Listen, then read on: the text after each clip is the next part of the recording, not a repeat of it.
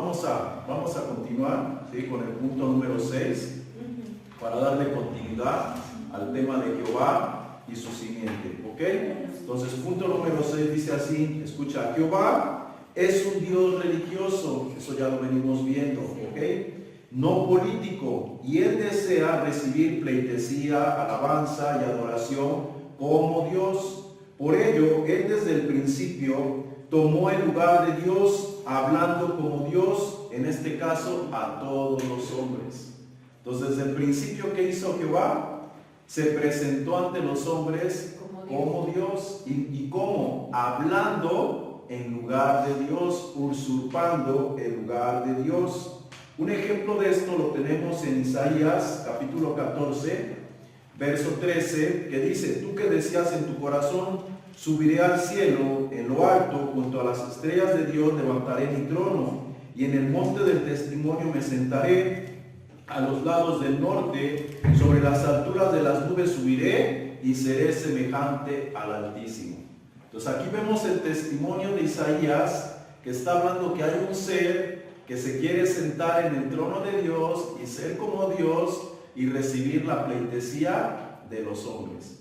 Ya después, en la historia de la humanidad, empezamos a ver el cumplimiento de estas palabras, ¿sí? Empezamos a ver a un ser que habla como Jehová y se presenta como Jehová, cuando en realidad no es el Padre Celestial. Y hoy, a través de este tema, vamos a ir descubriendo un poquito de la personalidad o del carácter de este ser, ¿ok?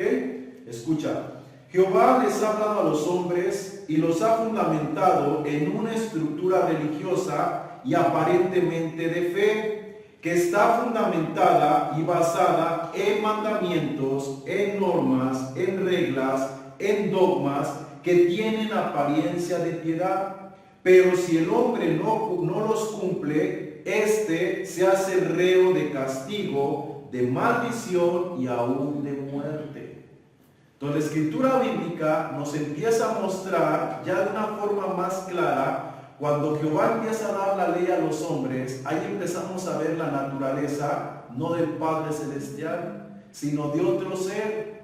¿Por qué? Porque imponen normas y reglas. No es si las quieres cumplir, es que las tienes que cumplir, las tienes que obedecer. De lo contrario, muerte. Hay una muerte para ti, hay una maldición para ti, hay una consecuencia para ti, pero no como de causa y efecto, sino una consecuencia como de castigo. ¿Ok? Vamos a ver un ejemplo de esto. Esto lo encontramos en Deuteronomio, capítulo 27, verso 26, que dice, maldito el que no confirmare las palabras de esta ley para hacerlas, y dirá el pueblo, amén.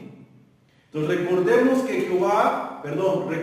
que Moisés sube al monte a hablar con Dios, en este caso con Jehová, y Jehová le entrega las tablas de la ley a Moisés, porque el pueblo no quiso oír la voz de Dios. Escuchen, no quiso oír la voz de Dios. Y entonces le dicen a Moisés, sube tú y habla tú con él, y cuando tú bajes nosotros obedeceremos todo lo que él te diga. Y entonces surge este mandamiento, ¿no? Hay de aquel que no confirme, o sea, que no ponga en su vida, que no practique todas las palabras escritas en la ley, porque de cierto será maldito.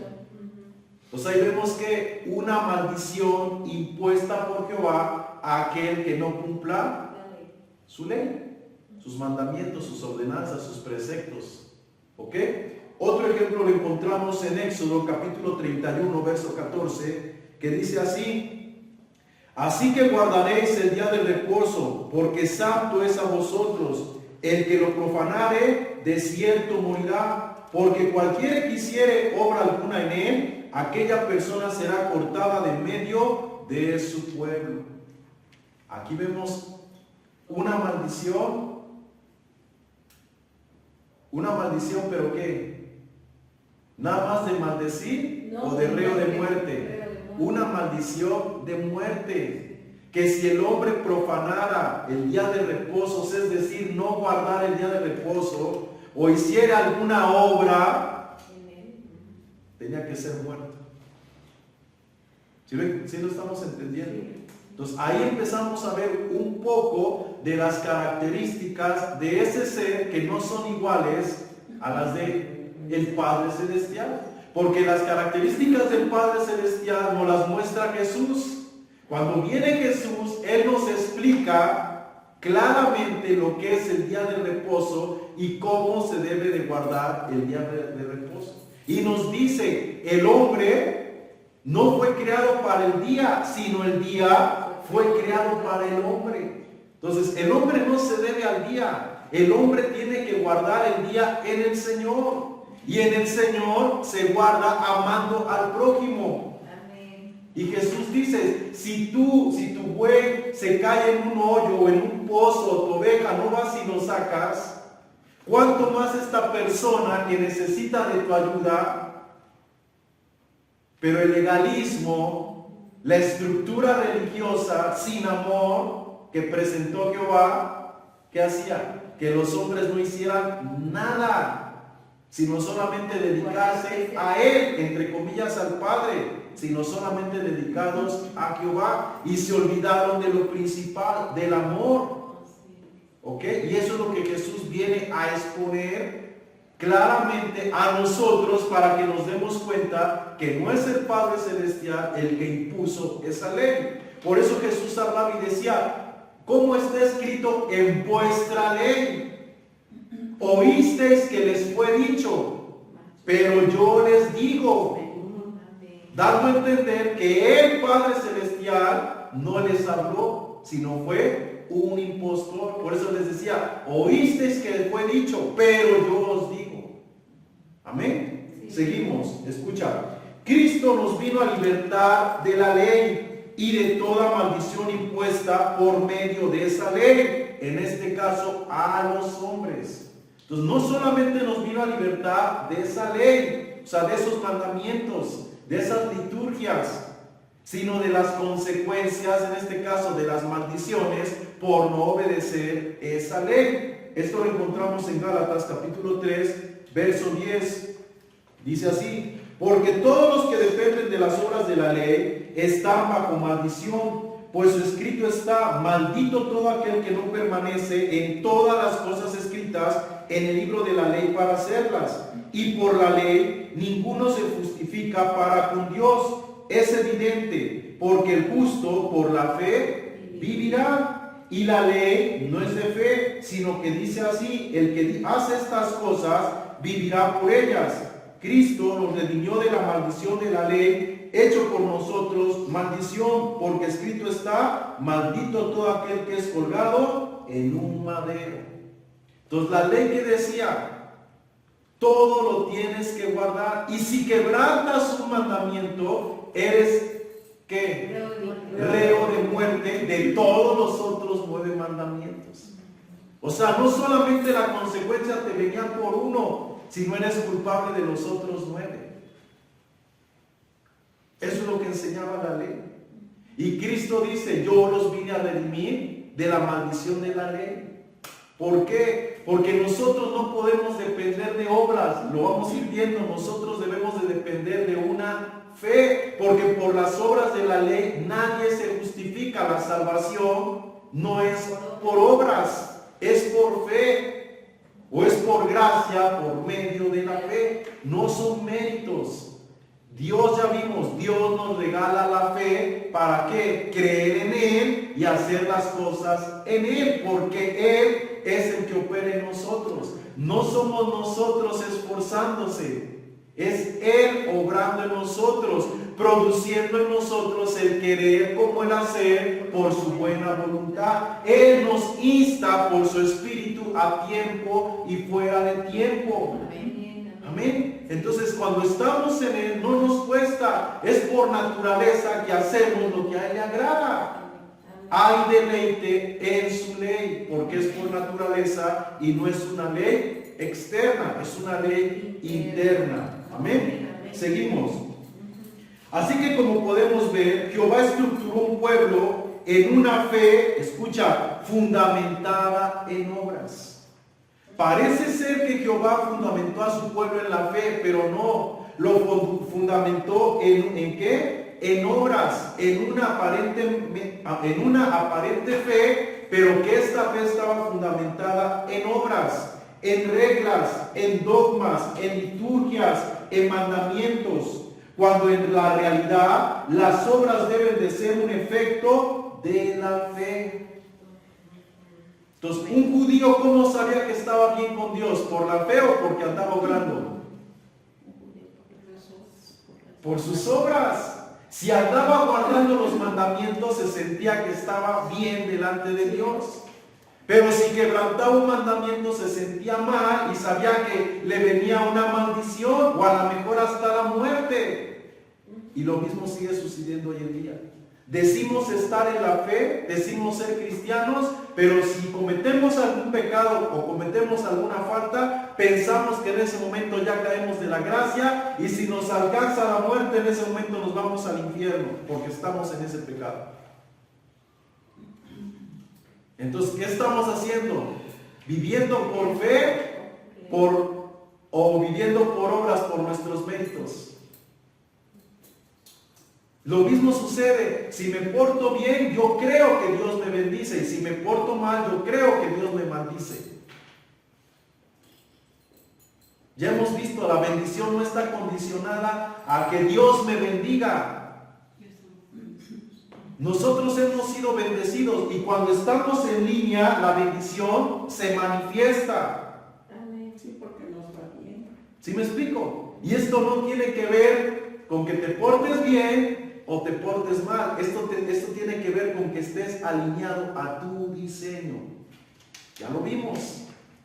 Esto no quiere decir que no tenemos que procurar hacer el bien. Claro que lo tenemos que hacer, pero no para ganarnos la salvación, sino como efecto de una salvación, de una vida ya recibida. Cuando nosotros recibimos la vida del Espíritu, la vida del Padre, la vida de Cristo en nuestro ser, entonces esa vida se empieza a manifestar generando obras, generando pensamientos correctos, actitudes correctas, palabras correctas, sentires correctos, mas no al revés. ¿Ok? Seguimos. Pablo nos revela que Cristo nos redimió de la maldición de la ley, es lo que venimos viendo, y para que la bendición hecha a Abraham, escucha, la bendición hecha a Abraham por medio de la fe se cumpliese en nosotros al estar en Cristo por la fe. Cristo nos vino a libertar de la maldición de la ley para que la bendición que el Padre Celestial le dio a Abraham, que era por la fe, se cumpliese en nosotros en Cristo. Si Cristo no nos hubiera venido a libertar de la ley, la bendición hecha a Abraham por medio de la fe no se cumpliría hasta hoy en nosotros. Seguiríamos bajo obras a fin de que nos vaya bien. Y no se trata de obras para que nos vaya bien. Se trata de fe y de estar alineados a Él. La alineación es producto de una fe, de una obra de gracia interna. La alineación no es externa, porque yo me quiera alinear, porque yo me esfuerzo, porque yo pago el precio, porque yo me sacrifico. No es algo externo. La alineación tiene que ver con algo interno, que yo ya estoy en Cristo, tengo una posición, tengo un estado. Y ese estado me permite a mí que estar alineado a Él y que las bendiciones vengan. Y lo que hago, lo hago como efecto de ese estado, de esa posición, de esa condición que me ha sido otorgada por estar en Cristo, porque su Espíritu me mueve. Amén. Ok, escucha. Pablo nos revela que Cristo nos redimió de la maldición de la ley. Esto lo encontramos en Gálatas 3:13. Dice, Cristo nos redimió de la maldición de la ley, hecho por nosotros maldición, porque escrito está, maldito todo aquel que es colgado en un madero, para que en Cristo Jesús la bendición de Abraham nos alcanzase a los gentiles, a fin de que por la fe recibiésemos la promesa del Espíritu. Hermanos, hablo en términos humanos. Un pacto, aunque sea de hombre, una vez ratificado, nadie lo invalida ni le añade. Ahora bien, Abraham fueron hechas las promesas y a su simiente. No dice a las simientes, como si hablase de muchos, sino como de uno, a tu simiente, la cual es Cristo. Gloria a Dios. Aquí está bien claro, hermanos. Dios tuvo un trato, o el Padre Celestial tuvo un trato con Abraham personalmente. Y Abraham sabía que era por medio de la fe que había de recibir la bendición. ¿Por qué? Porque le dijo en tu simiente. No le dijo en tus hijos, sino en tu simiente, la cual es Cristo. O sea, en tu simiente un día llegará Cristo. Y en esa simiente, no de muchos, no de todos tus hijos, sino de Cristo, se cumplirá tu bendición. Porque la bendición hecha a Abraham era espiritual y estaba basada en fe, en que Abraham creyera que de su simiente un día se levantaría el Cristo. ¿Sí lo estamos entendiendo? ¿Y se cumplió o no se cumplió? Cristo es la simiente, la fe materializada, prometida a Abraham. La bendición de Abraham se cumplió en Cristo. ¿Me explico? Y si nosotros estamos en Cristo, somos bendecidos juntamente en Abraham, o en la simiente, o en Cristo, porque somos uno. En Cristo somos uno. En Cristo, ya vamos a ver, ya no hay judío, ya no hay griego, ya no hay esclavo, ya no hay libre. Estamos en Él. Somos herederos y coherederos en Él. Ya no tengo yo que obrar para merecer. Él ya mereció. Yo ya merecí juntamente con Él. Él ya recibió, Él ya heredó, Él ya fue posicionado. La iglesia ya recibió. Ya fue posicionada juntamente con Él. Ambos estamos sentados en lugares celestiales, por decir ambos, porque en sí no somos ambos, somos uno en Él. Amén. Sigo. Escucha, hermanos, en Cristo ya no hay tal división de judíos y gentiles. Es decir, en Cristo ya no hay dos simientes.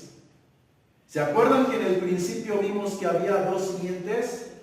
La del maligno y la de Cristo. O la de esos seres y la del Padre Celestial, que se mezcló genéticamente. Pero cuando llegamos a Cristo, cuando somos adheridos a la vid, la savia corre por esas ramas que eran contranaturales y ahora las hace naturales. Ya no hay dos simientes. En Cristo se hace una simiente. Amén. Vamos a verlo. Gálatas capítulo 3, verso 28. Gálatas 3, 28 dice: ya no hay judío ni griego, no hay esclavo ni libre, no hay varón ni mujer, porque todos vosotros sois uno en Cristo Jesús. Y si vosotros sois de Cristo, ciertamente el linaje de Abraham sois y herederos según la promesa. Amén. Entonces, hermanos, somos de Cristo, somos uno en Cristo. Al estar en Cristo, somos uno. Así que todo aquel que tiene a Cristo, simiente de Abraham es, ya que la simiente es Cristo. ¿Ok? Sigo. El apóstol Pablo también nos revela que no todos los descendientes de Abraham son israelitas. Esto ya vimos un poquito en el tema pasado. No todos los descendientes de Abraham son israelitas. Y por ello, no todos son contados como hijos, sino solo los de la promesa. Es decir, los hijos de Abraham son los hijos de fe y no en la genética. Aunque todos son simiente, aunque todos son descendientes, no todos son contados como hijos de Abraham, no todos son contados como hijos de fe. Vamos a ver esto. Esto lo encontramos en Romanos capítulo 9, verso 6. Romanos capítulo 9, verso 6 dice: no que la palabra de Dios haya fallado, porque no todos los descendientes de Israel son israelitas, ni por ser descendientes de Abraham son todos hijos, sino en Isaac te será llamada descendencia. Esto es, no los que son hijos según la carne son los hijos de Dios. ¿Está claro? Sino los que son hijos según la promesa son contados como descendientes. Amén. Solamente los hijos que están en la promesa son contados como descendientes. Si tú y yo, ¿en qué estamos? En la simiente, en Cristo, en lo prometido a Abraham. En esa simiente que es Cristo, ahí seríamos bendecidos. Y al estar en Cristo somos simiente, descendientes o hijos de Abraham. No por la carne, no por la genética, sino por la fe. Otro ejemplo lo encontramos en Gálatas, que lo acabamos de leer hace un momento. Vamos a recordar Gálatas 3:28, que dice: ya no hay judío ni griego, no hay esclavo ni libre, no hay varón ni mujer, porque todos sois uno en Cristo Jesús. Y si vosotros sois de Cristo Jesús, linaje de Abraham sois y herederos según la promesa. ¿Ok? Así que no todos los descendientes de Abraham en la carne son contados como hijos, sino solo los que están en Cristo por la fe hecha a Abraham. Amén. Amén. Amén. Seguimos. Uniendo todas las piezas de lo que vamos estudiando, podemos darnos cuenta que al que conocemos nosotros como Jehová Dios, no es realmente Dios o nuestro Padre Celestial, sino es un Elohim, un impostor que usurpó el nombre de Dios y que se autonombró Jehová desde el inicio de la historia de la humanidad, y con ello usurpó también sus funciones en el mundo de los hombres. Entonces, ¿quién se ha venido presentando a la humanidad como Dios? Jehová como usurpador. ¿Quién ha venido hablando a los hombres como Dios? Jehová. Y esto no quiere decir que Jehová o el Padre Celestial realmente no hable o no interactúe con los hombres. Claro que lo ha hecho. Pero a través de Cristo. ¿Me explico? Más claramente a través de Cristo. Pero aún en el antiguo pacto Jehová se fue revelando. Y ahorita vamos a ver un poquito de eso. ¿Ok?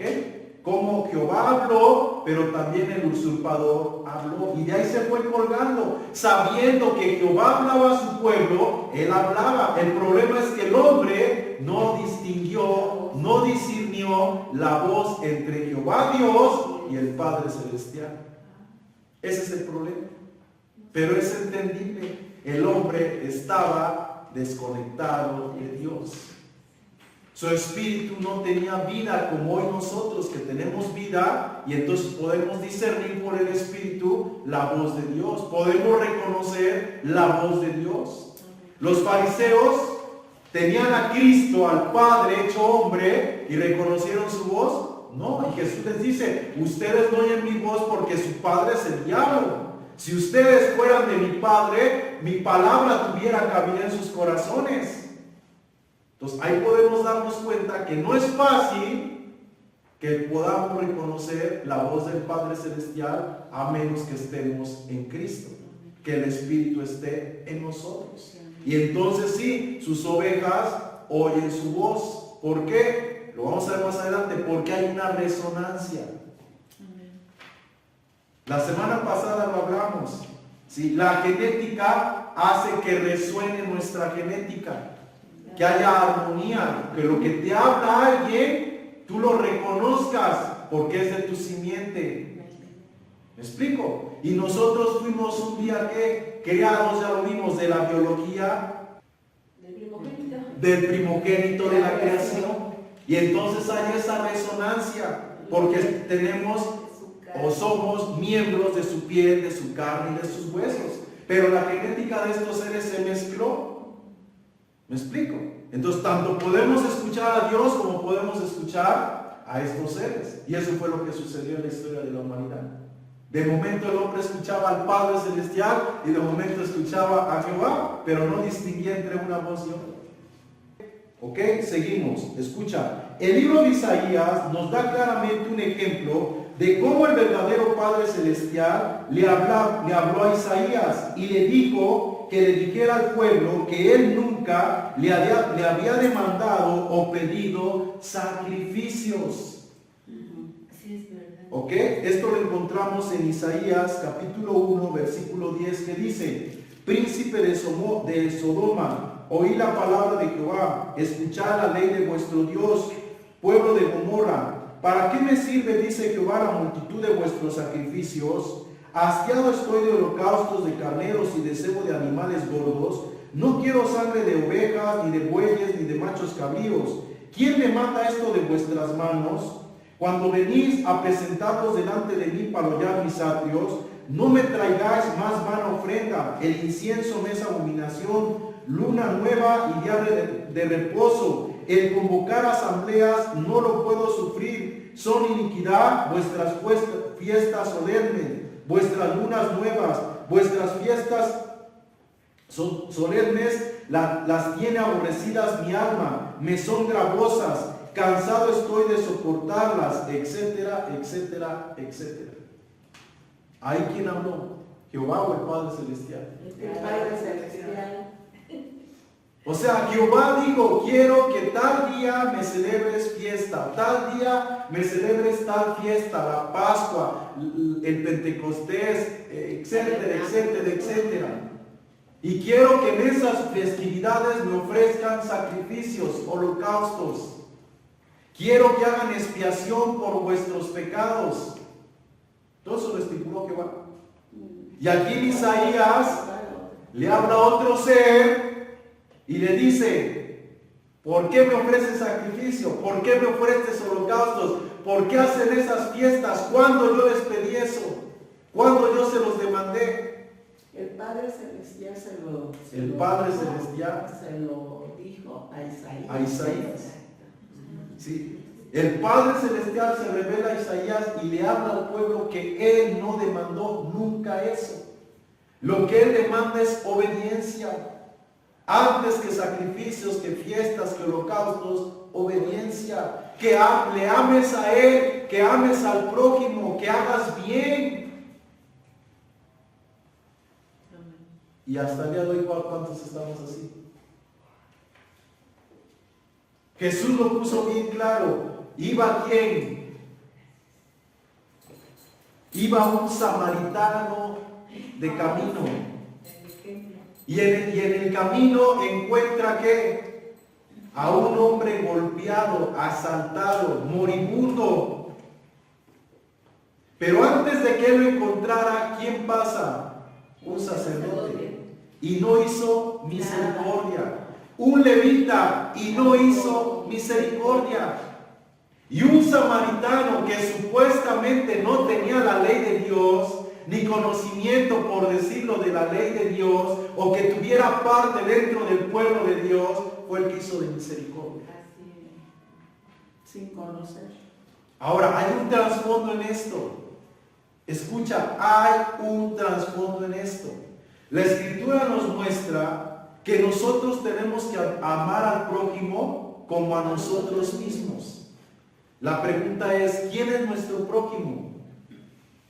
Nuestro prójimo, el que nos necesita. Pues el más de Todos, el más Jesús nos vino a enseñar que el prójimo es el que tenemos junto. Todo aquel que tenemos junto y que tiene una necesidad, ese es el prójimo. Amén. Pero esa enseñanza está basada en Jesús.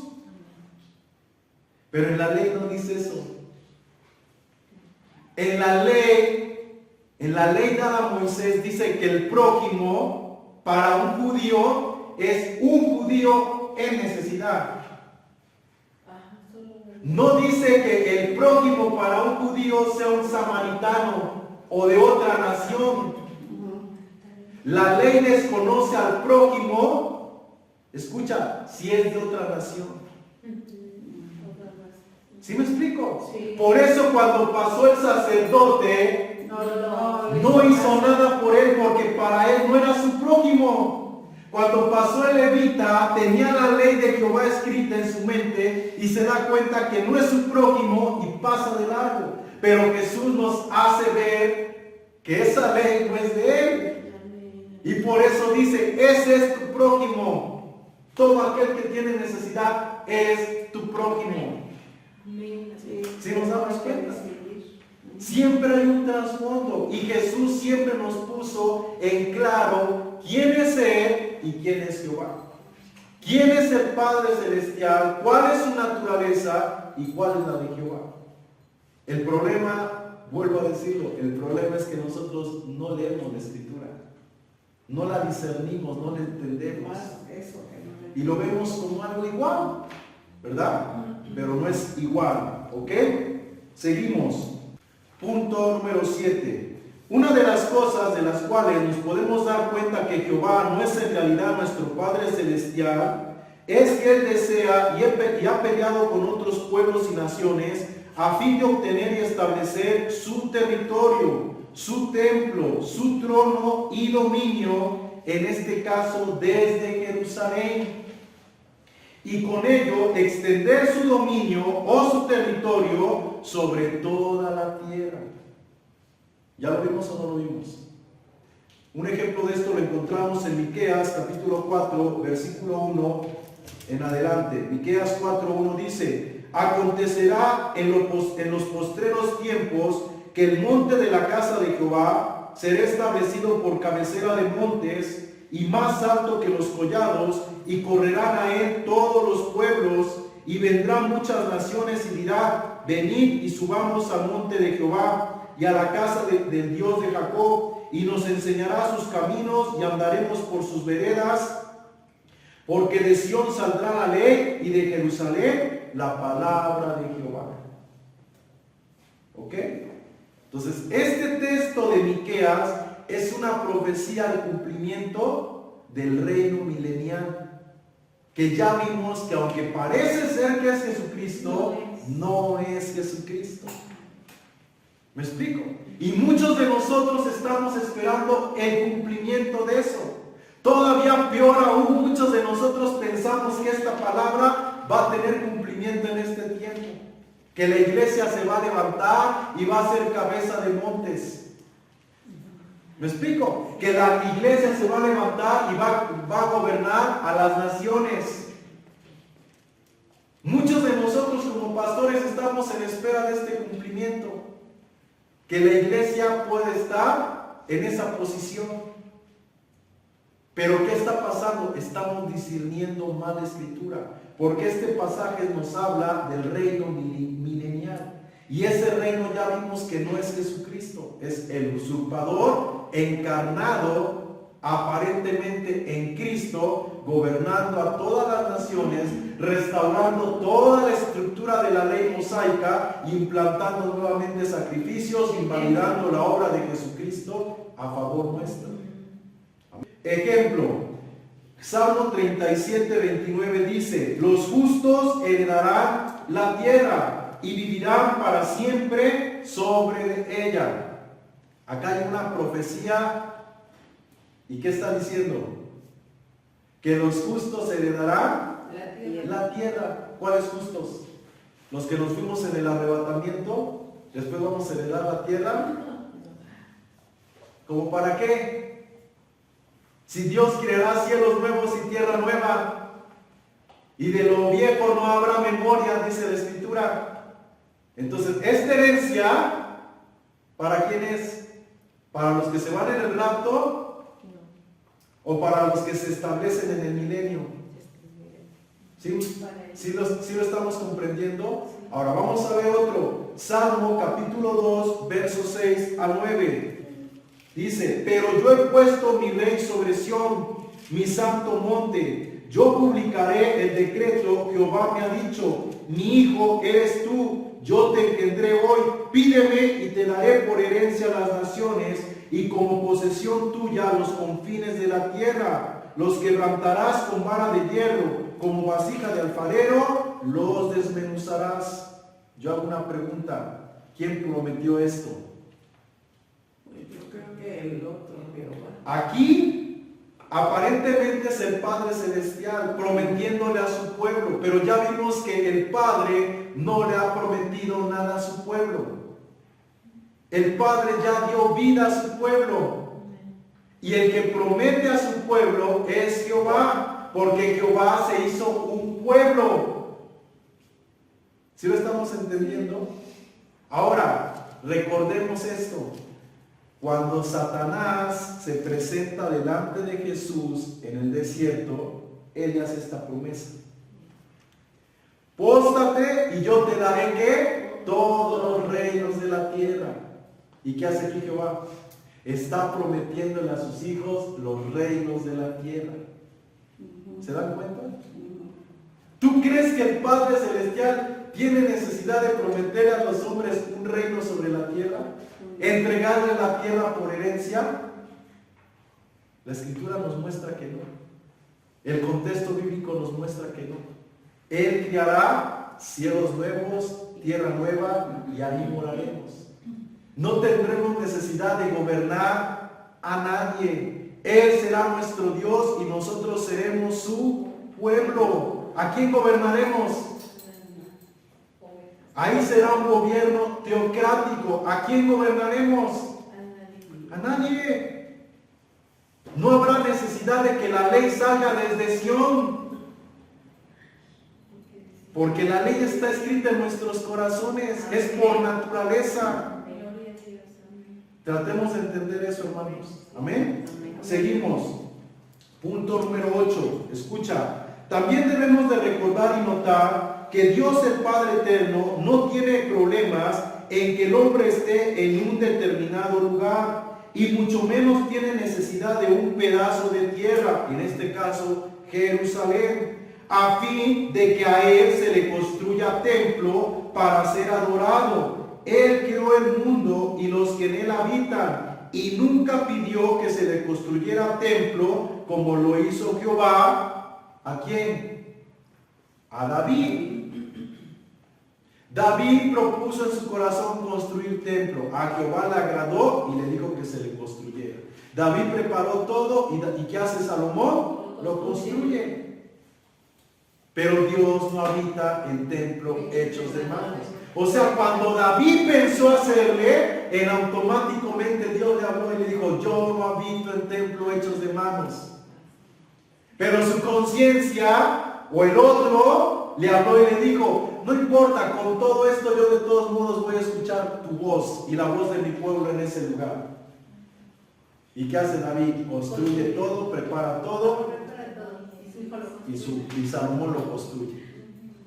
¿Me explico? Y Jehová promete hacerse presente, escucha, hacerse presente esos días y en esas festividades. Fuera de esos días, fuera de esas festividades, no se hacía presente. ¿Sale? Y hasta el día de hoy es lo triste, que cuando hacemos esas festividades, cuando hacemos esas celebraciones, ¿qué pensamos? Que hay algo especial, ¿verdad? Ahí se hace Dios presente, ahí se movió Dios. O sea, sin esa festividad, sin ese día, no se hace presente, no se mueve. Dejemos la religiosidad, hermanos, seamos congruentes. Seamos congruentes. Dios es espíritu y el que le adore es necesario que le adore en espíritu y en verdad. ¿Ok? ¿Es malo congregarnos? No es malo. ¿Es malo hacer celebraciones? No es malo. El problema es que tengamos nuestra fe y nuestro espíritu en ello. No debe de estar en ello, debe de estar en Él.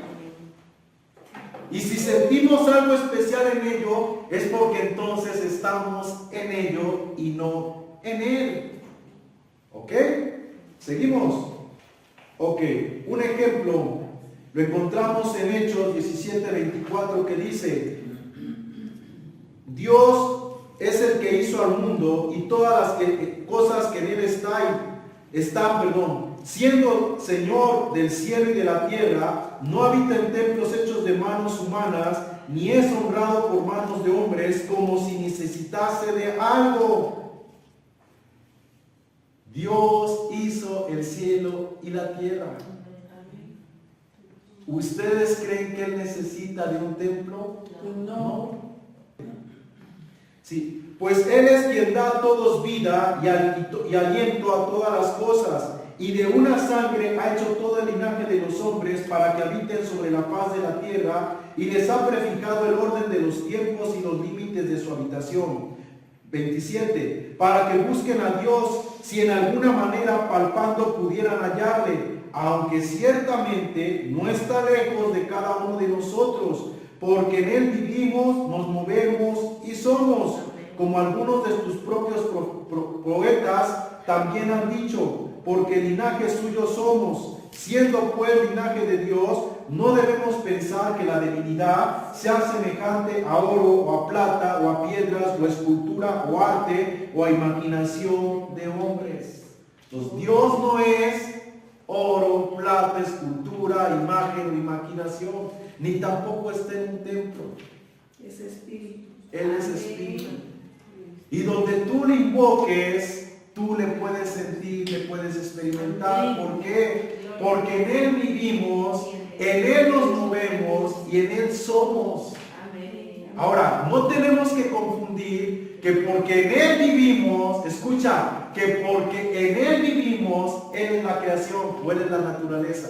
No, Él está en la creación, Él está en la naturaleza. En Él todo se sustenta, pero no es la creación, no es la naturaleza. Amén. Así es. Y a veces confundimos que porque la Escritura dice que en Él somos, en Él nos vivimos y en Él nos movemos, queremos creer que Dios es toda la creación. No, Él está, Él se manifiesta, Él se da a conocer en todo. En todo tú le puedes ver, en todo tú le puedes experimentar. Pero Él no es una piedra. Él no es un perro. Me estoy explicando. Él no es una puerta, Él no es un árbol. Él creó el mundo y los que en Él habitan. Todo fue creado en Él, por Él y para Él. Amén. Por eso es que en Él nos movemos, vivimos y somos. ¿Ok? Espero que eso se entienda. Escucha. Jesús mismo testificó lo mismo a la mujer samaritana en Juan capítulo 4 verso 21, que dice: Jesús le dijo: mujer, créeme que la hora viene cuando ni en este monte ni en Jerusalén adoraréis al Padre. Vosotros adoráis lo que no sabéis, nosotros adoramos lo que sabemos, porque la salvación viene de los judíos. Mas la hora viene, y ahora es, cuando los verdaderos adoradores adorarán al Padre en espíritu y en verdad, porque también al Padre tales adoradores busca que le adoren. Dios es espíritu, y los que le adoran en espíritu y en verdad es necesario que adoren. ¿A dónde se le adora a Dios? ¿En Jerusalén? ¿En Jericín? ¿Aquí? ¿En una iglesia? ¿En una sinagoga? ¿En un templo? No. La Escritura dice que nosotros somos morada y templo de Él, porque Él es espíritu. Amén. Seguimos. Recordemos que Jesús también nos vino a revelar que el Padre, escucha, Jesús nos vino a revelar que el Padre desea habitar en nuestros corazones y desea estar ahí nuevamente, y no en un lugar geográfico o material. Vamos a ver esto. Juan capítulo 14 verso 22 dice: y le dijo Judas, no el Iscariote, Señor, ¿cómo es que te manifestarás a nosotros y no al mundo? Respondiendo Jesús le dijo: el que me ama, mi palabra guardará, y mi Padre llamará, y vendremos a Él y haremos morada con Él. Entonces, Jesús en vida está enseñando que el Padre está con nosotros, pero un día Él vendrá a morar en nosotros. Si nosotros recibimos su palabra, Él vendrá a estar con nosotros o en nosotros. Ahora, escucha, recordemos que en el Antiguo Testamento el Espíritu Santo solo estaba sobre las personas, con las personas, pero no en las personas. Y no en todos, no sobre toda carne, solamente sobre unos pocos, reyes, profetas y sacerdotes. Y si pecaban, se apartaban. David decía, Señor, no quites de mí tu Santo Espíritu. Se apartaba. Pero cuando llega el día del Pentecostés, por la obra de Cristo, no en la cruz, escucha, no en la cruz, sino en su vida. ¿Me explico? Porque la obra de la cruz es la culminación, el cierre de lo que Jesús gestó en vida. Por la obra de Jesús en vida, cuando Él muere y resucita, entonces puede enviar al Espíritu Santo. Entonces ahora el Espíritu Santo viene ¿a qué? A estar sobre toda carne. Ya no solamente sobre reyes, profetas y sacerdotes, sino sobre toda carne. Pero el propósito de estar sobre toda carne, ¿cuál es? Convencernos de pecado, de justicia y de juicio por medio de la palabra, para que Él venga a morar ahora en los corazones. Cuando el hombre recibe la palabra, ya lo hemos estado viendo, el hombre empieza a ser regenerado. Y en la medida que es regenerado, el Espíritu Santo entra y viene a habitar en nosotros. Y en ese momento nos convertimos en morada, en templo, en tabernáculo de Dios.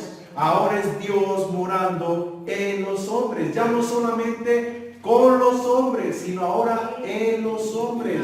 Vamos a ver un ejemplo de esto.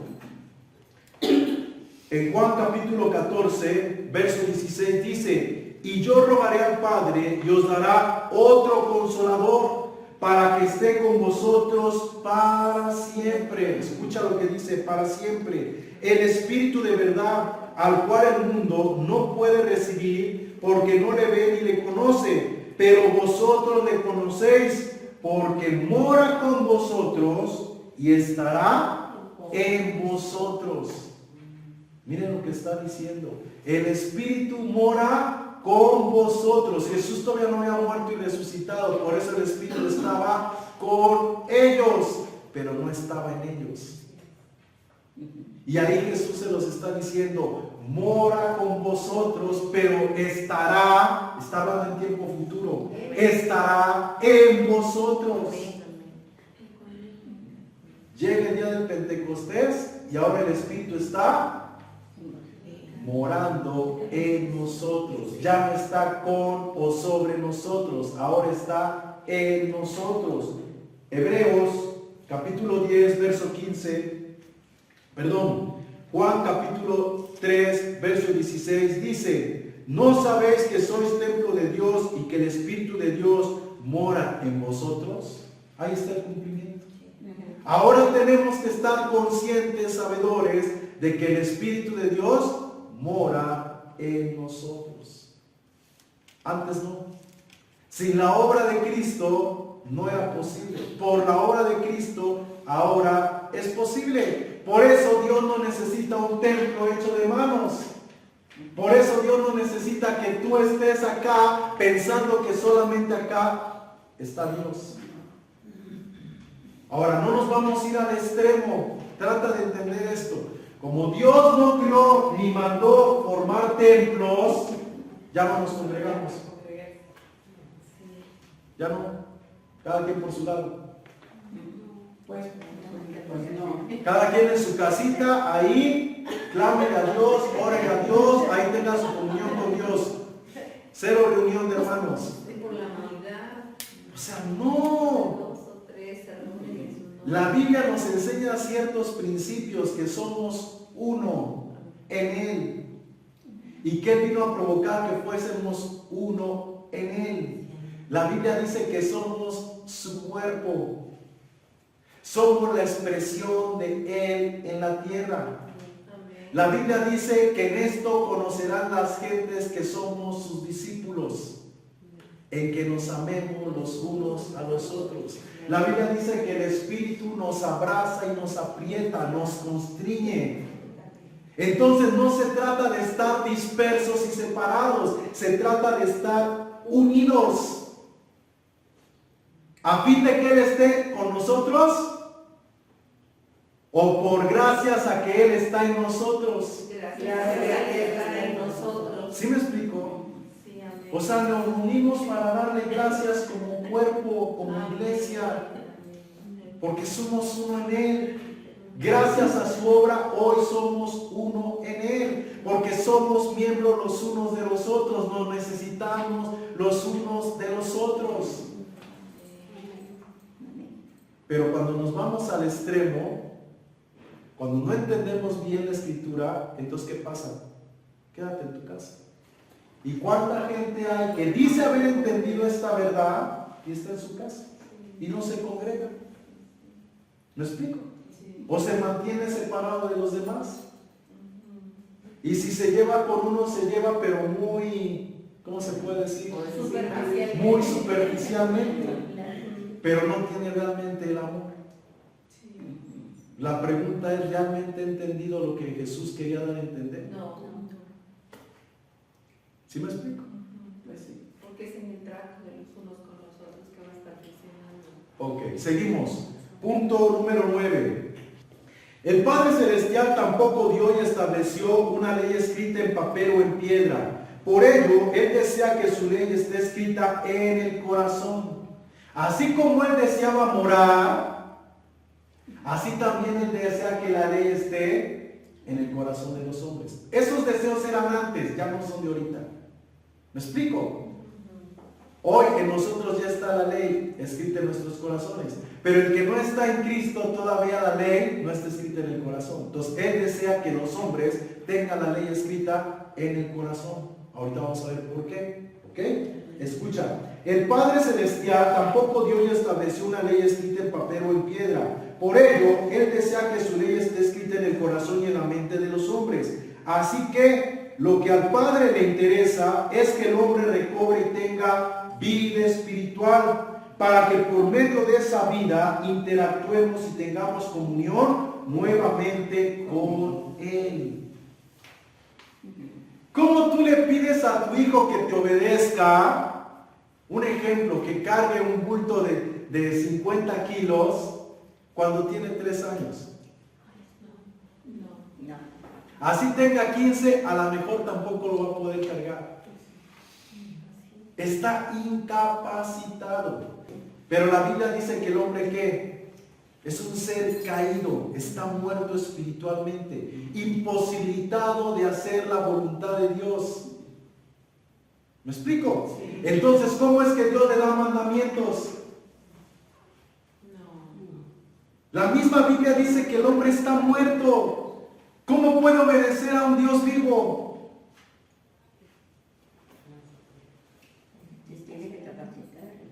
No se puede. Por eso al hombre le cuesta trabajo obedecer a Dios.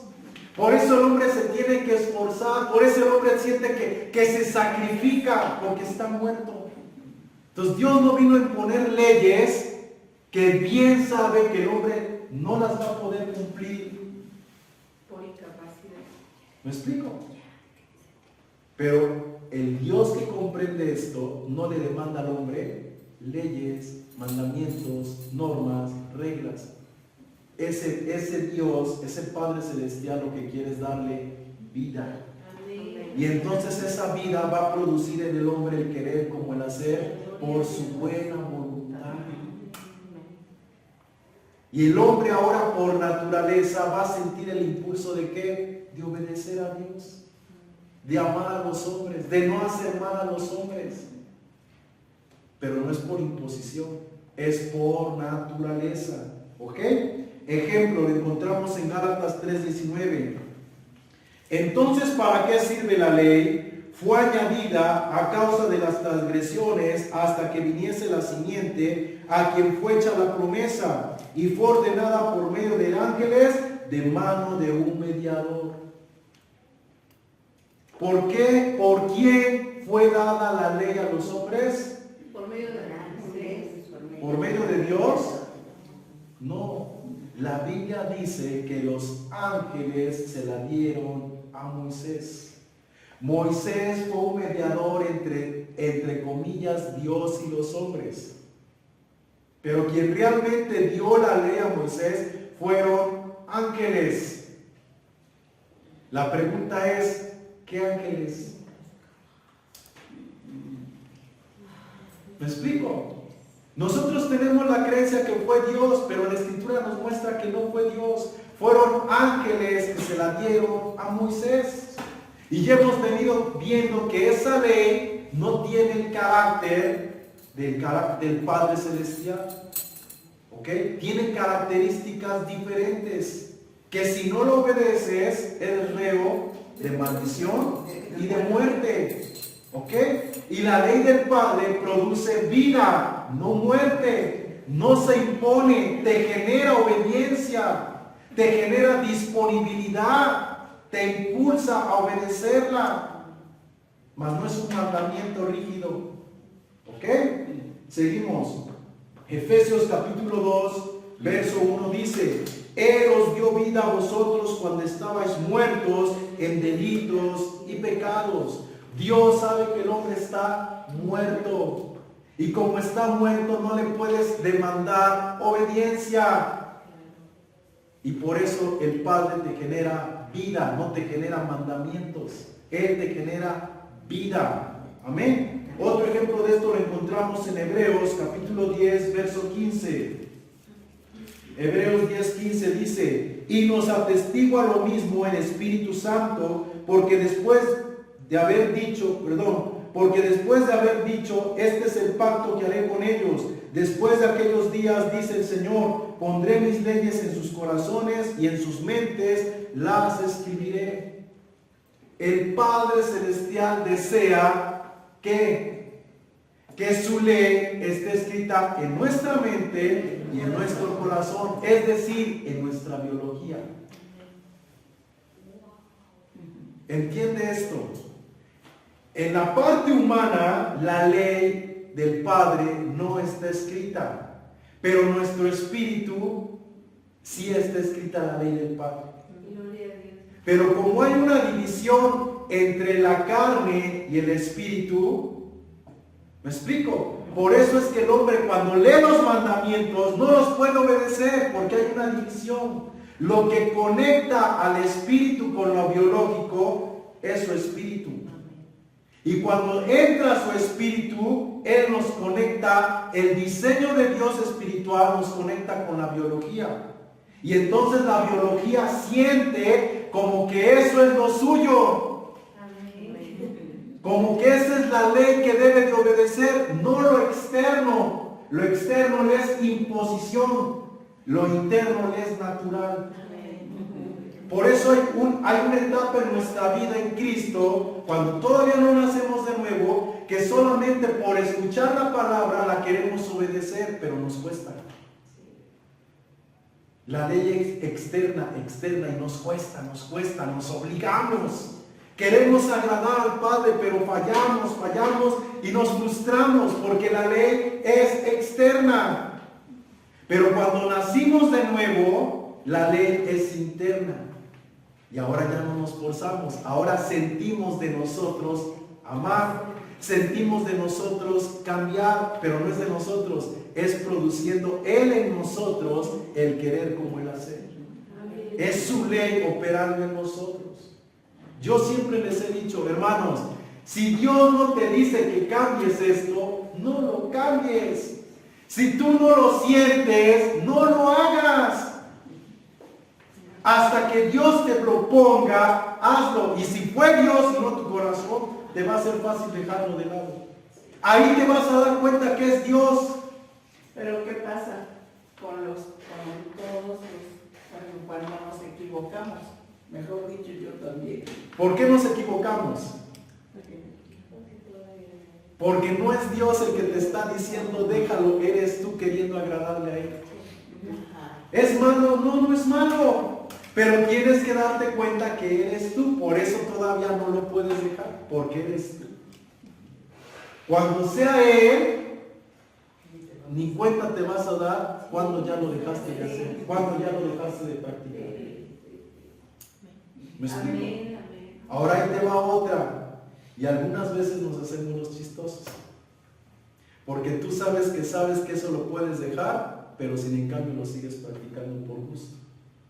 No porque estés atado a eso, sino porque tú lo quieres practicar. ¿Me explico? Espero que lo estemos entendiendo. Pero esa es una grande realidad. Que hay cosas que ya fueron destruidas por Dios, por el Espíritu en nosotros, y dice Pablo, y las mismas las vuelves a edificar. Transgresor te haces. Porque es algo que ya no debería tener razón de ser en ti y en mí. Pero ¿qué hacemos? Ahí estamos en necios. ¿Vale? Punto número 10. El libro de Santiago nos muestra otra situación contraria a la naturaleza del Padre Celestial. Y esta es que de Él no puede proceder nada malo. Santiago capítulo 3, verso 11 dice: ¿acaso alguna fuente hecha por una misma abertura agua dulce y amarga? Hermanos míos, ¿puede acaso la higuera producir aceitunas o la vid higos? Así también ninguna fuente puede dar agua salada y dulce. Entonces, ¿qué puede brotar de Dios? ¿Cosas buenas y cosas malas? ¿O nada más buenas? Dios puede ser un Dios de amor y a la vez castigador. A ver, voy a decir algo que es un poco fuerte. Puede ser lento para la ira, pero grande en misericordia. No, sería como bipolaridad. ¿Eh? Sería como bipolaridad. ¿Me explico? Dios puede ser vengador. No. Mía es la venganza, ustedes quietos. Yo pagaré. ¿Eh? No. Aprendamos a discernir, hermanos. Aprendamos a discernir. Una cosa es, quiero que entiendan esto, una cosa es que si el justo se apartara de su justicia, ¿le va mal? ¿Le va mal? ¿Me explico? Y si el impío se apartara de su impiedad, ¿le va bien? ¿Le va a ir bien? ¿Me explico? Pero otra cosa es que haga lo malo el justo y yo se aguarde y al ratito me voy a vengar. Y al ratito yo le voy a pagar conforme a sus obras. No. Si el hombre que es justo se aparta de la justicia, le vendrá mal. Y si el que es impío se aparta de su impiedad, le vendrá bien. Pero eso de que mía es la venganza, yo pagaré, o sea, ¿no? ¿Sale? Aprendamos a discernir, hermanos. Hay muchos pasajes que ya a la luz de todo lo que estamos aprendiendo, yo sé que nos va a costar trabajo, pero si nosotros, siempre se los digo, nos enfocamos en naturaleza, carácter, principios de Dios, no nos vamos a equivocar, no vamos a errar. Oiga, hermano, entonces ahí cómo aplica cuando decimos decimos, ¿no? Pues ahí se lo dejamos a Dios, ¿no? O de alguna forma ves que, digo, no te pasó nada a ti, o no, o sea. A ver, ¿en qué contexto yo digo, pues ahí se lo dejo a Dios? O sea, ¿para que Dios le dé un palo? En ese contexto, No. por eso, escuche, ¿en ese contexto se lo debo de dejar?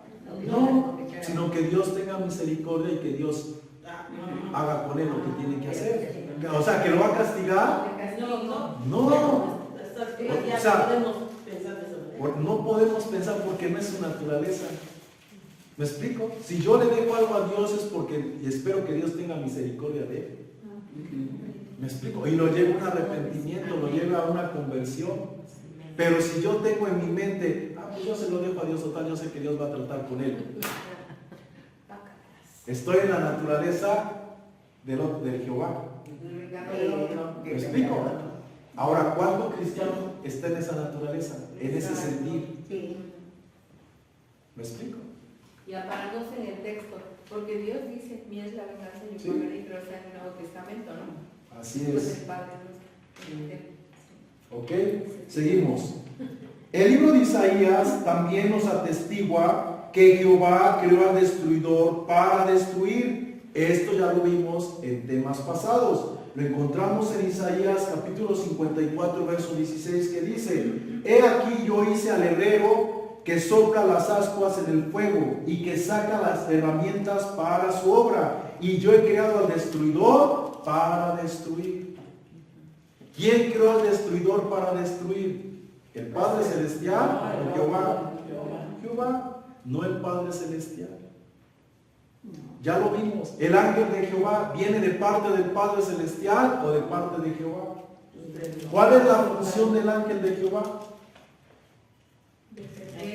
¿Defender o destruir? O sea, aplica una disciplina que viene del Padre Celestial. Y no le importa arrasar con lo que tenga que arrasar. Él simplemente obedece la voz de Jehová. No tiene misericordia. Su justicia es ciega. Lo que me dice, yo lo hago. Es como la justicia de los hombres, ciega. ¿Me explico? ¿Sí me explico? O sea que el ángel de Jehová es como el ejecutor. Es el ejecutor de los juicios, de las sentencias de Jehová. Ahora, la Escritura, ¿qué dice? Fíjense lo que dice la Escritura o la naturaleza del Padre Celestial. Juicio sin misericordia se hará con aquel que no tuviese misericordia. Y la misericordia triunfa sobre el juicio. Pregunto yo, ¿había misericordia en la ley? No. Nunca hubo misericordia. ¿Me explico? ¿Se trataba a los hombres como quisieras que te trataran? No. Era, la debes, la pagas. Argumentar lo que argumentaras, quebrantaste el mandamiento y eres... ¿Lo estamos entendiendo? ¿Ok? Seguimos.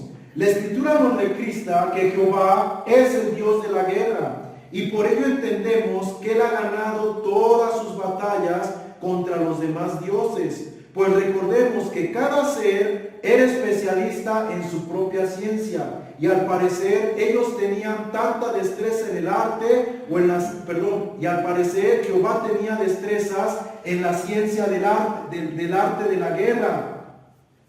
Y los otros no la tenían. Entonces, ¿con quién peleaba Jehová? Contra los otros dioses. ¿Y por qué ganaba? Porque la ciencia de Jehová era la guerra. Y la ciencia de estos seres no era la guerra. ¿Ok? Un ejemplo de esto lo encontramos en Éxodo 15:3. Dice, Jehová es varón de guerra, Jehová es su nombre. Jueces capítulo 3, verso 1 dice, estas pues son las naciones que dejó Jehová para probar con ellas a Israel, a todos aquellos que no habían conocido las guerras de Canaán. ¿Qué hizo Jehová? Se guardó unos pueblos, al Eteo, al Amorreo, al Gergeseo, al Jebuseo, etcétera, etcétera. ¿Para qué? Para que los hijos de Israel que no pasaron por todas esas guerras, pasaran por esas guerras. O sea, Jehová iba a provocar otra vez guerras. ¿Para qué? Para que sus hijos o él disfrutara de esas guerras. Porque a él le gusta la guerra. Es su naturaleza la guerra. Y como usted nos explicó, ¿no? Como en las casas, ¿no? La cacería que usted Así sabe, es. Así es. se reservaban, Sí. soltaban a la presa para poder seguir teniendo Así es. fuego, ¿no? ¿Creen que eso es congruente? ¿Eh? No, hermanos. No es congruente. Pero nosotros vemos todo eso y de verdad estamos tan cegados por el sistema que no nos damos cuenta. ¿Sí? No nos damos cuenta. Sí, y lo conceptuamos de que Él pelea por nosotros. Y gloria a Dios si conceptuamos contra los espíritus malos. Ok, gloria a Dios, pero la realidad es que a veces lo conceptuamos con nuestro propio. Exactamente. ¿Va? Y no es así. ¿Ok? 11, seguimos. La Escritura también nos dice que Dios no puede ser tentado y Él no tienta a nadie. Pero el relato de Job vemos todo lo contrario. La Escritura dice que Dios no puede ser tentado y Él no tienta a nadie. Pero en Job, ¿qué vemos? Que Él o Jehová tentó a quién?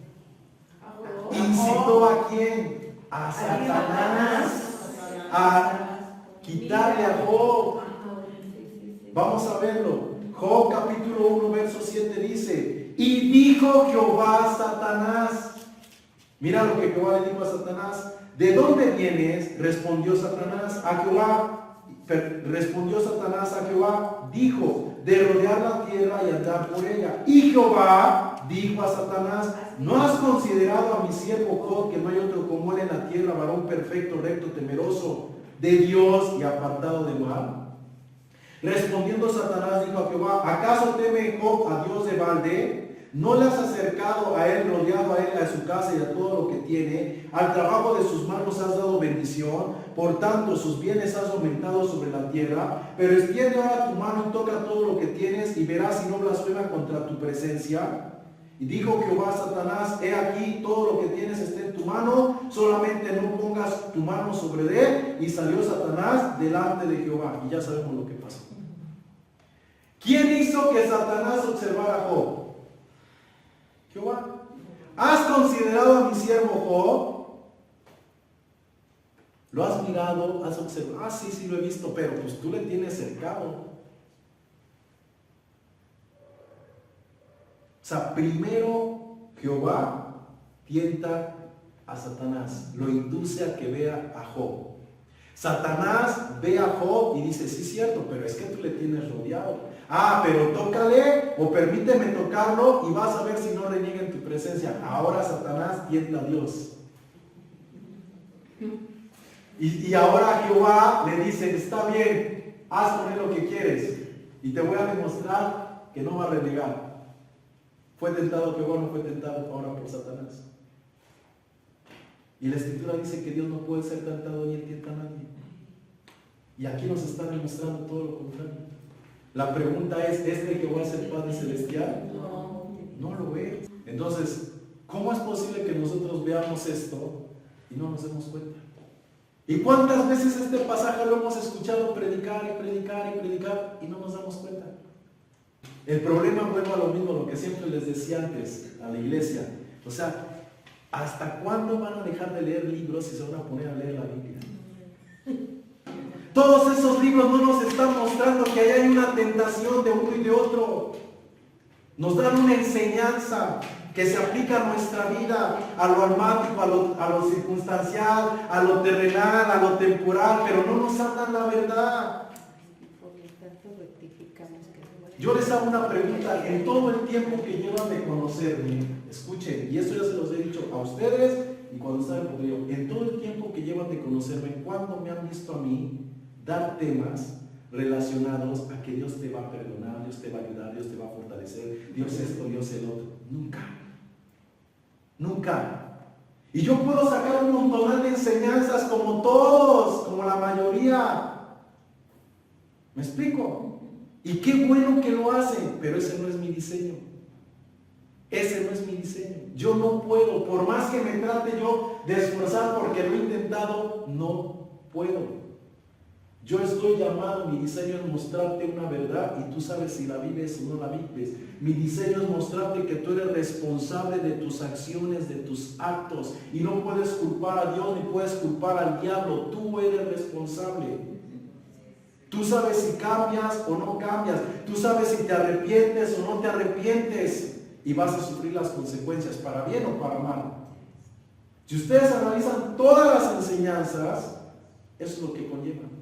Todas. Ninguna cambia, todas llevan ese perfil. ¿Me explico? Yo no digo que todos esos libros no sirvan. Sí sirven, pero ¿en qué contexto? Bueno, esos libros como los de Job y todo eso, lo escribieron por inspiración también, ¿o cómo? Todo, escucha, todo lo que se inspiró no sirve. Y aún lo que no se inspiró no sirve. ¿Me explico? Porque por la inspiración tú puedes ver lo que no es de Dios y tú puedes resonar con lo que es inspirado por Dios. Pues sí, porque yo desde siempre cuando me ponía yo a leer, decía yo: ay, esto Luego hasta por eso dejaba yo de leer la Biblia, porque decía yo, ay, esto, ¿cómo va a ser esto posible? No, no es así. Pero en ¿Por lugar, qué? Porque decía yo, pues Dios es pero en amor, lugar de porque va a meternos ser- con Dios, Ajá. porque a todos nos pasó, no hay uno que no le haya pasado eso. Sí, entonces. Que tú digas, es que como que no hay congruencia, no hay uno. Mucha sangre mató, así, y luego la contraste. ¿Me explico? Pero ¿qué pasó? El sistema nos absorbió. Nos hicimos a la estructura y al sistema. Y lo que era realmente la guianza, el impulso del Espíritu, la enseñanza del Espíritu, la dejamos de lado. Como que yo me hice rebelde de ya no creer esas cosas. Así es. Pero ahí nos damos cuenta que no fue Dios, No, que no fue el enemigo, sino que no fue el enemigo el que nos estaba haciendo ver eso, sino fue Dios el que nos estaba haciendo ver realmente las cosas desde el principio, pero nos absorbió el sistema. ¿Ok? Punto número 12, seguimos. Otra forma de darnos cuenta del carácter del impostor es que el Padre Celestial en su naturaleza no puede arrepentirse de lo que determina hacer. ¿El Padre se arrepiente? No. Números 23, 19 dice, Dios no es hombre para que mienta, ni hijo de hombre para que se arrepienta. Él dijo y no hará, habló y no ejecutará. Fíjate lo que está diciendo aquí. Él dijo y no hará, o sea, lo que él dice, lo hace. Lo que él habla, lo cumple. Ahora veamos un ejemplo de eso. Vamos a Génesis capítulo 6, verso 6. Dice, y se arrepintió Jehová de haber hecho al hombre en la tierra, y le dolió en su corazón. Y dijo Jehová, raeré sobre la faz de la tierra a los hombres que he criado, desde el hombre hasta la bestia, hasta el reptil y las aves de los cielos, pues me arrepiento de haberlos hecho. Pero es Jehová.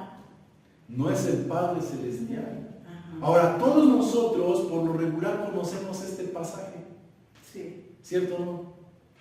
sí. O sea, ahí nada más decimos, unos dicen, es que ahí Dios cambió de parecer, no es que se haya arrepentido, nada más cambió de parecer, es que le dolió en su corazón. No, la Biblia dice las dos cosas, se arrepintió de haber creado al hombre y le dolió en su corazón por lo que el hombre hacía. ¿Ok? Pero no nada más la Biblia nos habla de ese pasaje, hay infinidad de pasajes que hablan sobre el arrepentimiento de Dios, entre comillas Dios. Vamos a ver otro ejemplo, Éxodo 32, 14. Y Jehová se arrepintió del mal que había hecho, que había dicho que haría a su pueblo. ¿De qué se arrepintió Jehová? Del mal que había dicho. Y no dice el otro, yo dije, ¿y no hará? En números.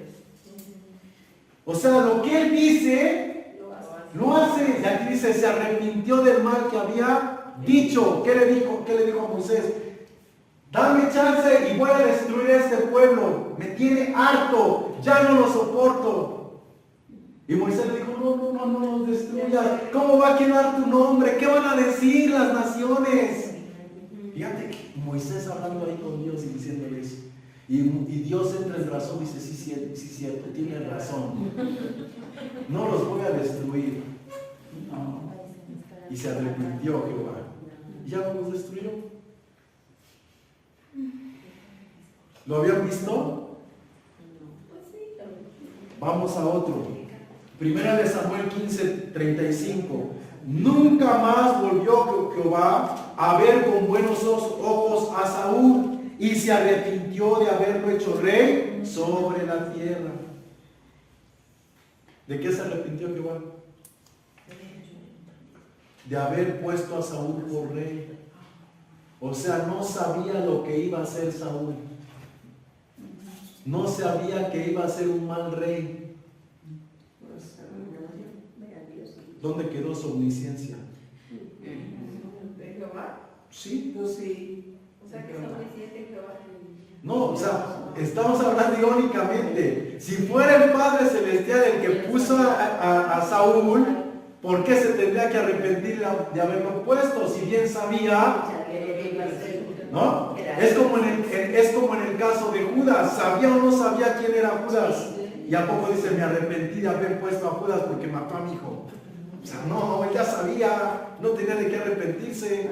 Todo era planeado. Lo mismo aquí, no tenía por qué arrepentirse de lo que haría Saúl, pues ya estaba todo planeado. Pero él dice, me arrepiento de haberlo puesto por rey.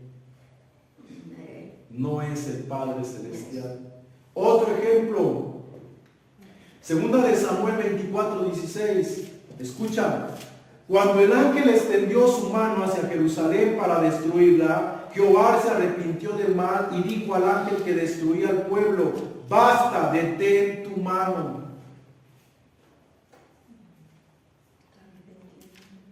Otra vez se vuelve a arrepentir. Pues entonces se va a arrepentir. Toda la vida. Estaban muriendo miles del pueblo de Israel, miles por rebeldes. Y dice, no, ya detén tu mano porque me vas a dejar sin nada, ¿no?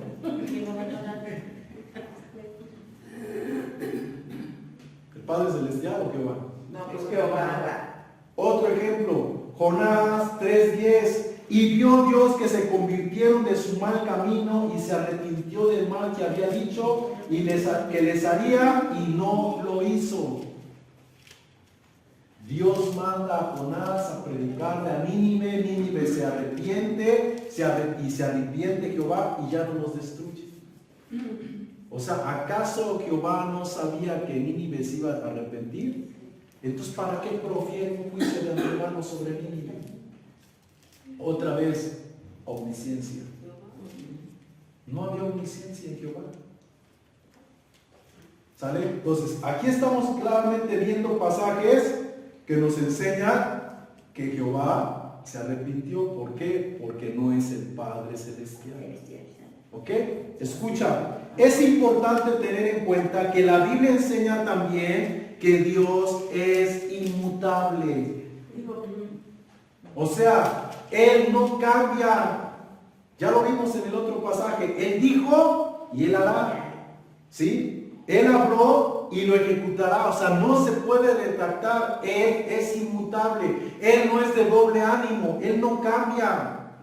Él es el mismo ayer, hoy y por siempre. Esto lo encontramos en Malaquías 3:16. Porque yo, Jehová, no cambio. Por esto, hijos de Israel, no habéis sido consumidos. Dios no desea que los hombres sean consumidos. Él no cambia, pero el otro sí cambia. Destruyo unos cuantos y de momento me arrepiento y que ya no se destruyan los demás porque me voy a quedar sin pueblo. ¿Ok?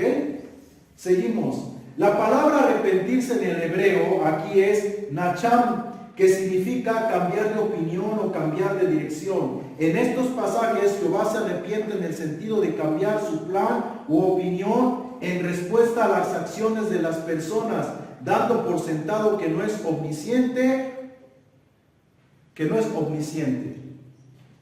Amén. Seguimos. Es decir, ¿en verdad creemos que Dios no sabe quién se volverá a Él y quién no? Y en base a las acciones y obras de los hombres, Él determina proceder para con ellos favorablemente o condenatoriamente. ¿Creen que así es actual Padre Celestial? Si los hombres hacen bien, les doy bien, y si hacen mal, les doy mal. Y si se vuelven a mí, yo me vuelvo a ellos. Y si no se vuelven a mí, los extermino. ¿Creen que esa es la naturaleza del Padre? No. Vamos a ver un ejemplo de esto. Apocalipsis 13:8.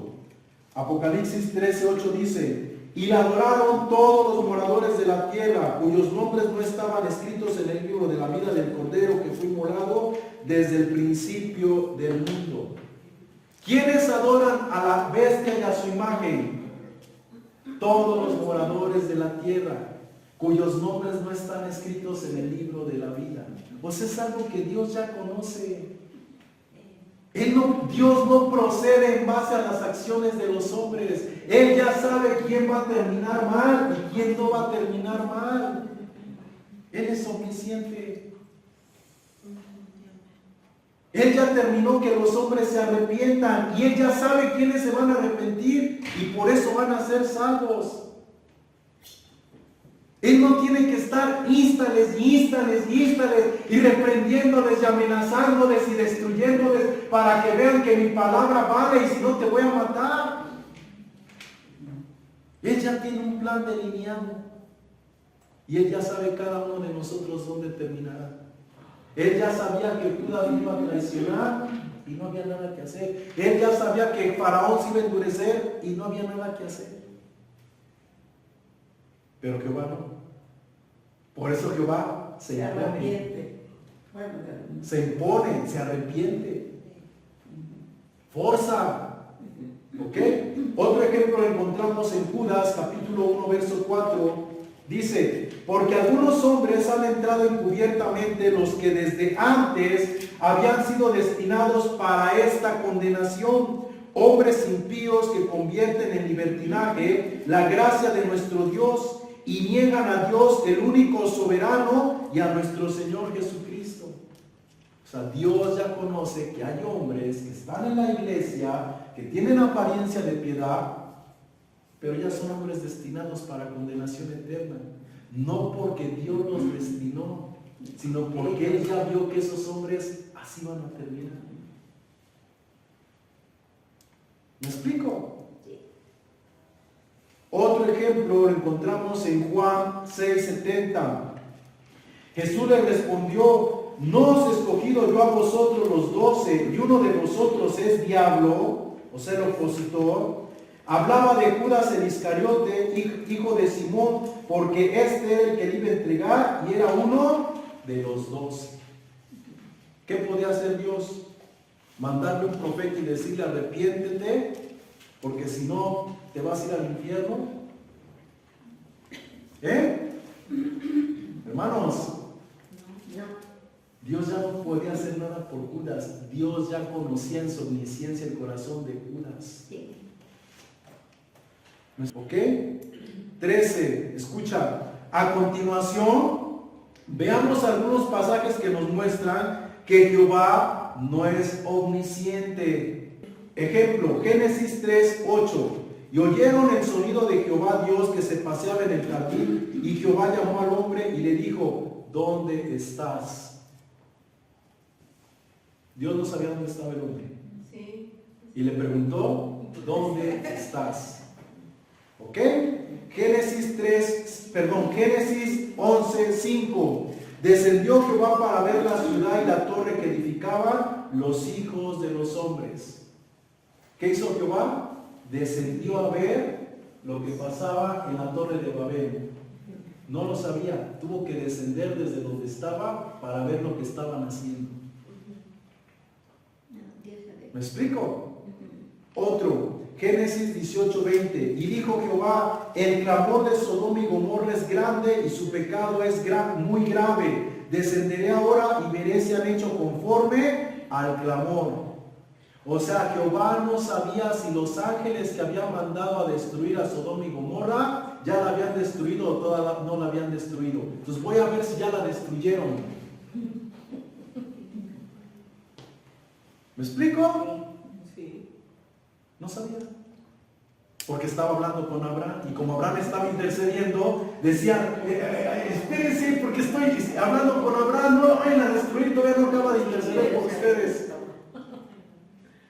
Y fue corriendo a ver si no la habían hecho. No, hermanos. Seguimos. Otro ejemplo. Éxodo 2:24. Y oyó Dios su gemido y se acordó Dios de su pacto con Abraham, Isaac y Jacob. ¿Qué oyó Dios? El gemido de los hijos de Israel en Egipto. 400 años. Y se acordó Dios de su pacto. O sea que se le había olvidado. ¿Me explico? Es de risa, pero está escrito, hermanos. Y lo que se escribió para nuestra enseñanza se escribió, pero no lo vemos. Bendito Dios que lo estamos viendo. ¿Ok? Deuteronomio 8:2. Y te acordarás de todo el camino por donde te ha traído Jehová tu Dios estos 40 años en el desierto, para afligirte, para probarte, para saber lo que había en tu corazón, si habías guardado o no sus mandamientos. ¿Para qué trajo Jehová Dios a su pueblo en el desierto? ¿Para qué lo metió al desierto? Aquí lo está diciendo. Para probarlo, para conocer lo que había en su corazón. Si realmente lo seguían por amor, porque era Dios, o lo seguían por mandamientos. ¿No es omnisciente? ¿Tú crees que el Padre Celestial tiene que meter a los hombres en pruebas, en luchas, No. para ver lo que hay en sus corazones?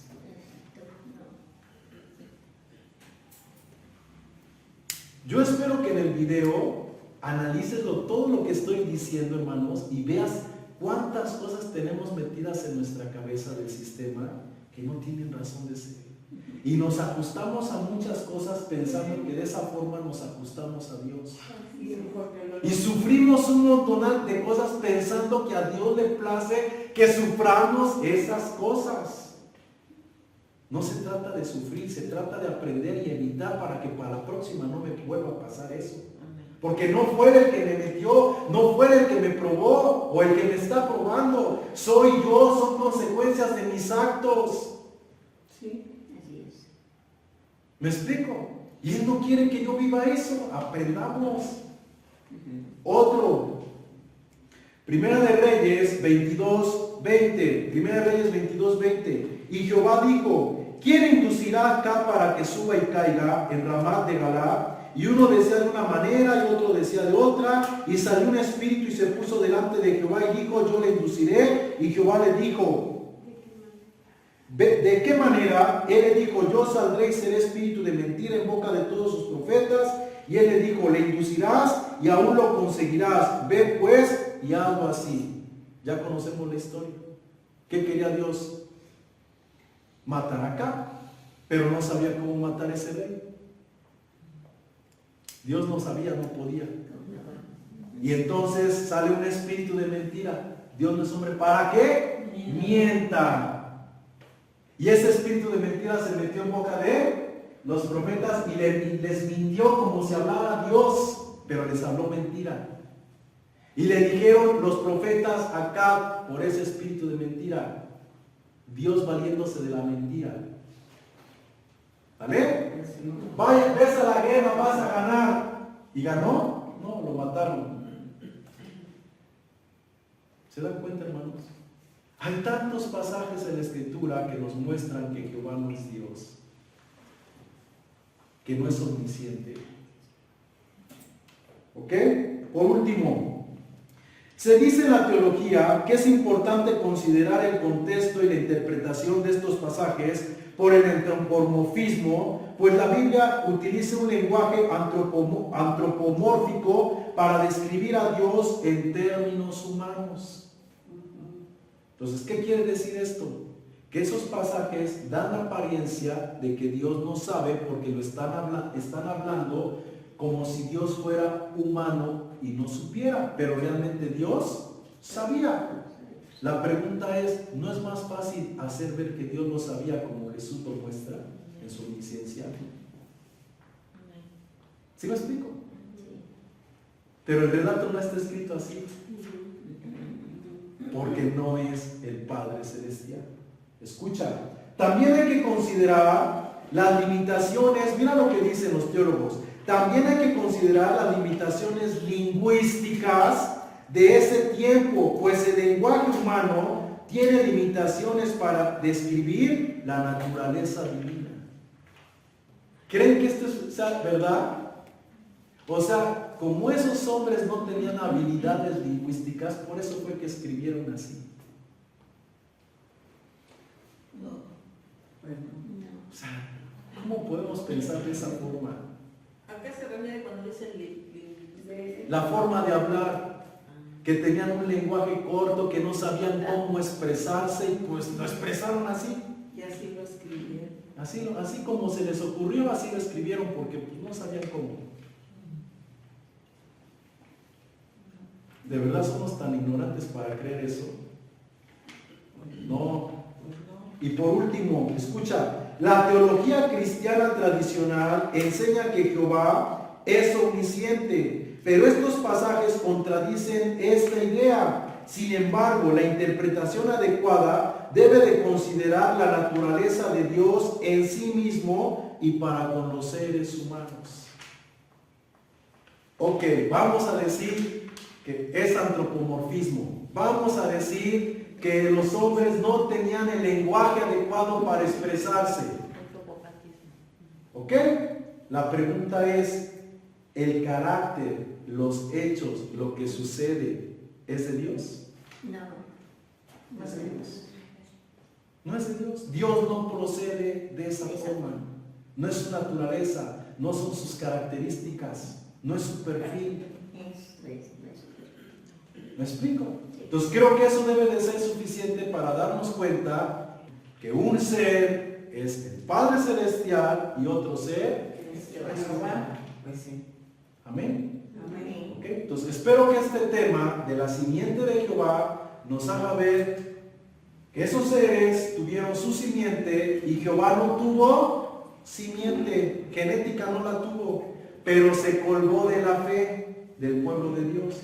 Y a este pueblo y a muchos humanos se les ha presentado Él como Dios, cuando en realidad los pasajes nos muestran que no es el Padre Celestial, es un usurpador.